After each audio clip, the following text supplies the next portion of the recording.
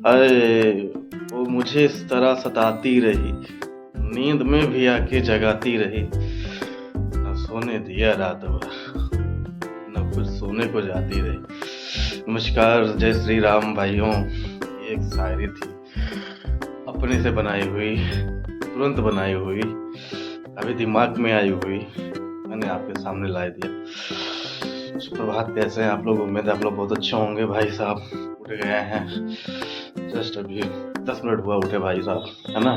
आज तो कुछ ठंडी कम लग रही है। कुछ गर्मी का एहसास है। मैं आपको बाहर का नज़ारा दिखाता हूँ किस प्रकार से। ये इसको मैं खोल के रखता हूँ, देख रहे हैं? ये अभी सूर्योदय हो रहा है, तो ये प्रॉपर तरीके से हुआ नहीं। धूप खिल गई है, हमारे कमरे में धूप आ गई है, तो देख रहे हैं। अभी सूर्य देवता इधर घूमे नहीं, अभी उनका रथ का पहिया इधर घूमा नहीं है। जैसे घूमेगा इधर आ जाएगा, क्योंकि जानते हैं ना कि विजय मिश्रा को बहुत ठंडी लगती है, इसलिए वे अपनी उम्मीद की किरण भेज दिए हैं, खुद अभी नहीं है। भाइयों, हमारी जैसी डेली रूटीन होती है, सुबह उठना, एक्सरसाइज करना, तो मैं भी चल रहा हूँ अपने एक्सरसाइज करूंगा। और मैं भाई सलाह दूंगा कि आपको भी एक्सरसाइज करना चाहिए, चाहे 10 ही मिनट करिए। अभी आपने सुना होगा कि काशी में महाराष्ट्र के जो संत हैं, 19 साल की उम्र है, उन्होंने 2000 मंत्रों का पारायण कुछ किया है, वेद क्रम पंचदंड पारायण ऐसा कुछ किया, मैं बोल रहा हूँ। तो वो जो प्रक्रिया होती है भाई साहब, वो कहते हैं कि उसको ना 1 दर्जन ऊपर नीचे दाएं बाएं, मतलब उसको ये समझिए कि रिप्लेसिंग ऑफ द वर्ड, इस टाइप का होता है। जैसे कि मान लो मेरा नाम विजय कुमार मिश्रा है, तो मेरे नाम को कितनी बार बोल सकते हैं। जैसे विजय कुमार मिश्रा, तो मिश्रा विजय कुमार, कुमार विजय मिश्रा, है ना, विजय मिश्र कुमार। इस प्रकार से 2000 मंत्रों को करंती उन्होंने 50 मिनट के अंदर बोला था। अपने आप में ये हमारे सनातन धर्म की महानता को दिखाता है, किस प्रकार से इनका ब्रेन कितना शार्प है। विदेशी मीडिया ने इस बात पे बहुत चर्चा करना स्टार्ट कर दिया कि हाउ इज पॉसिबल, संभव कैसे हो सकता है कि इंसानी दिमाग किसी चीज को 12 तरीके से घुमा के बोल सकता है। और इसमें खासियत ये है कि अगर ये एक बार गलत हो गया तो पूरी मतलब फिर से करना पड़ेगा, पूरा अनुष्ठान ही खराब हो जाएगा। ये होता है इसमें। तो एआई जो भी तकनीक इस समय अवेलेबल है, करंट टाइम में 2025 में अभी जितनी भी तकनीक अवेलेबल है, उससे कहीं ज्यादा ये ब्रेन का सुप्रीम प्लेस दिखाता है। ऐसा विदेशी मीडिया ने कहा कि सुप्रीम प्लेस दिखाता है। इतना तेज तो तकनीक भी काम नहीं करती इस तरीके से, इतना तेज मतलब इस तरीके से कि किसी भी चीज को इतने मतलब 1 दर्जन बार अलग अलग तरीके से रिप्लेसमेंट द वर्ड कर सके। कि हमारे सनातन धर्म की मजबूती को दिखाता है कि वास्तव में हमारा जो सनातन धर्म था, पहले की चीजें खराब नहीं थी। जो ये बोलते हैं कि जो ये तो ओल्ड ट्रेडिशन है, नहीं भाई, ओल्ड ट्रेडिशन नहीं है। जो बनाएंगे वो साइंटिफिक तरीका है, और आज साइंस इस चीज को मानता है। चाहे वो एरोप्लेन हो, चाहे वो मतलब मिसाइल्स हो, ये सब हमारे वेद की बेस पे बनी हुई है। क्योंकि ब्रह्मास्त्र, आग्नेयास्त्र, सब क्या है, ये चीजें तो थी, है ना। हमारे जो बाज, जो ये एरोप्लेन उतरती है, उसी के सिपरे से उतरती है। अब बाज को देखिए, जब उतरना होता है तो अपने पंख कैसे फैला देता है कुछ दूर से, और झांस नीचे हो जाता है। तो आप देखिए इसको, हमारे मतलब जो बाज पक्षी को कितना पावरफुल माना जाता है। एक बार पंजे में जकड़ लिया भाई साहब ना, मौत भी नहीं बचा सकता, इतना पावरफुल होता है। तो ये हमारे सनातन धर्म की महानता है ना, जिसे आज धीरे धीरे लोग उस मूल से कट जा रहे हैं। कि समझ लीजिए, जो अपने मूल से कट गया भाई साहब, जिस पेड़ की जड़ कट जाती है ना, उस पेड़ में फूल नहीं आते, फल नहीं आते, कभी हरा भरा नहीं रहता, हरा भरा रहता हो। जो व्यक्ति अपने मूल से कट जाता है, उसका मूल नाश हो जाता है। ठीक है, आप नजर उठा के देख लीजिए कहीं पर भी, जो भी कटा है खत्म हो गए वो। इसलिए हमारी जो संस्कृतियों को भाई कौन बचा सकता है, हम ही बचा सकते हैं। अब आप सोचिए, उन्होंने इतना किया, मतलब विदेशी मीडिया ने कहा, विदेश के लोगों ने के बीच में डिस्कशन का पॉइंट बन गया कि how is the possible that human brains can be supreme this life. मतलब कि ये अब खुद सोचिए कि हमारे पास पहले लिखने की पद्धति तो थी नहीं, हमारे पास वेद पुराण जो भी हमको करंट टाइम में अवेलेबल है, स्मृतियों के आधार पर अवेलेबल है। क्योंकि पहले की जो गुरुकुल शिक्षा होती थी महाराज, वो स्मृतियों पर होती थी।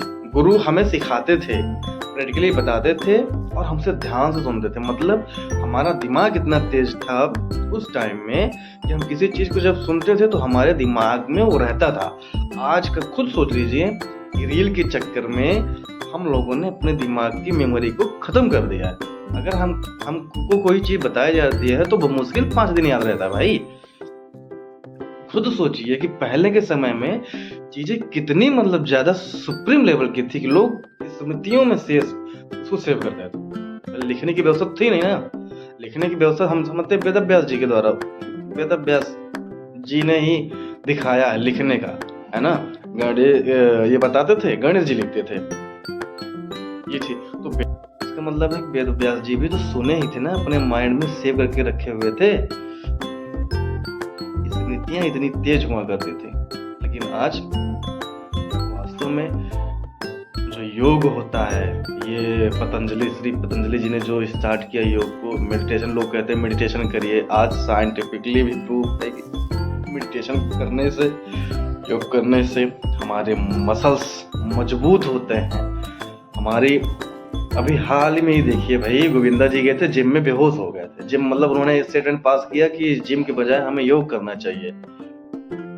क्यों कहा था? कहीं ना कहीं है ना चीजें भाई एग्जिस्ट करती हैं। ये तो मुगल आए, उसके बाद में अंग्रेज आए, इन्होंने हमें संस्कृति को नाश करना शुरू किया भाई साहब।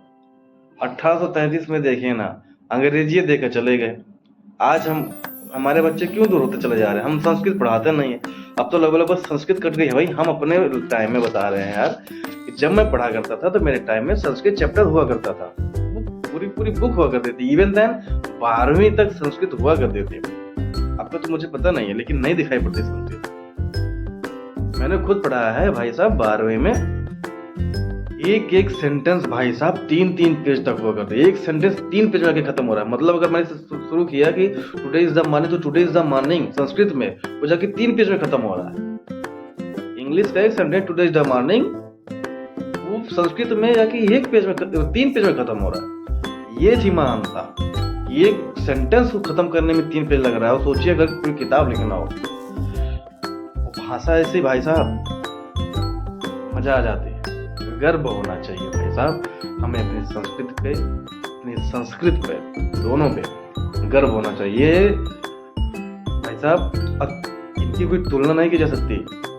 अब मतलब अद्वितीय योगदान है, अद्वितीय, इनका कोई मतलब तुलना ही नहीं की जाती। और इस चीज को अंग्रेज और मुगल जानते थे भाई साहब, महानता जानते थे, इनमें दम है, इसलिए बार बार जलाने की कोशिश की गई। लेकिन कहते हैं सत्य परेशान हो सकता है, दबाया नहीं जा सकता। ठीक है, कितनी बार आक्रमण किया गया, ग्रंथों को जलाया गया, है ना।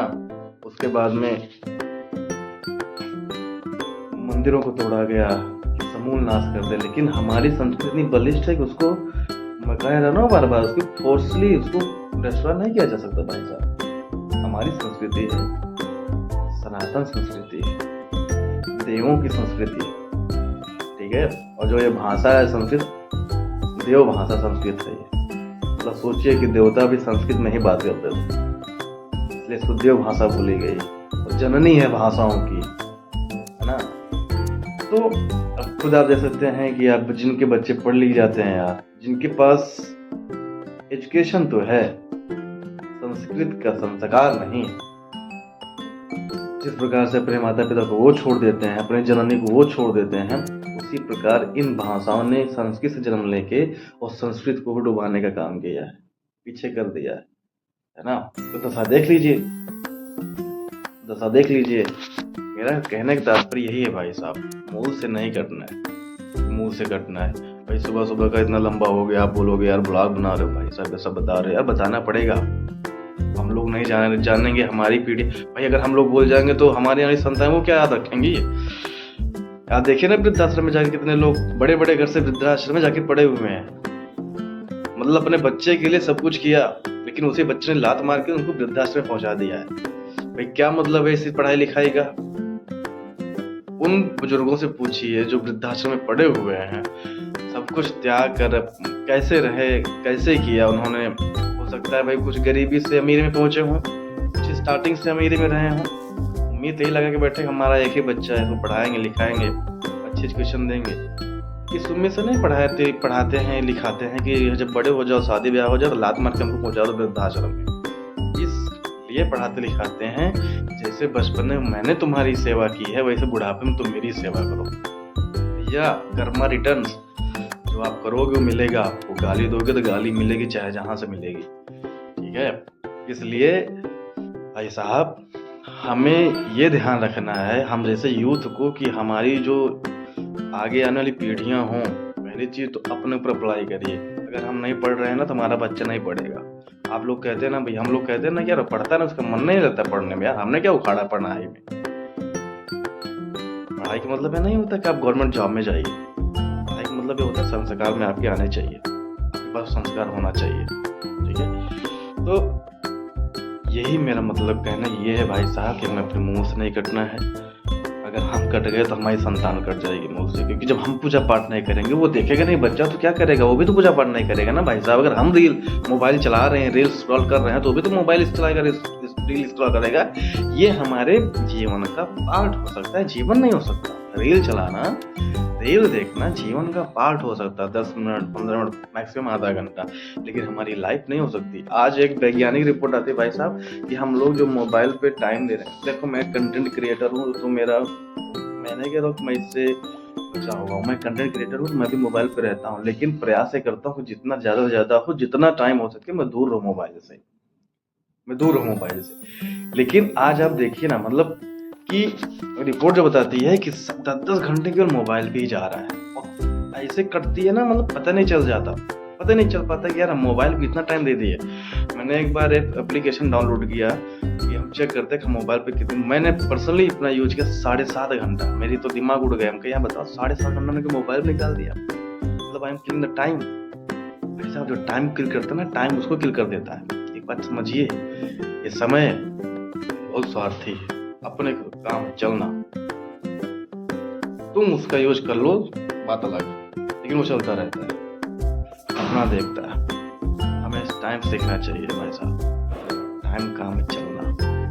वो उसका है जो उसका है, वो उसका नहीं है जो उसका नहीं है। इसलिए save the time and go and achieve your target. कुछ भी हो सकता है, किसी के टारगेट पॉजिटिव होते हैं, किसी के टारगेट निगेटिव होते हैं, बट टारगेट सबके होते हैं। जिनके टारगेट नहीं होते ना भाई साहब, भटक जाते हैं, वो भटकाव के रास्ते पे जाते हैं, ठीक है भाई। मैं चल रहा हूँ एक्सरसाइज करने के लिए, मैक्सिमम 13 मिनट हो गया, 14 मिनट हो गया हमको ये बात करते हुए, हम इंटरेक्ट करते हुए आप लोगों से। अच्छा लगता है यार भाई, अच्छा लगता है। कुछ अगर अच्छी बातें हैं तो बताने में मुझे अच्छा लगता है, पसंद आता है।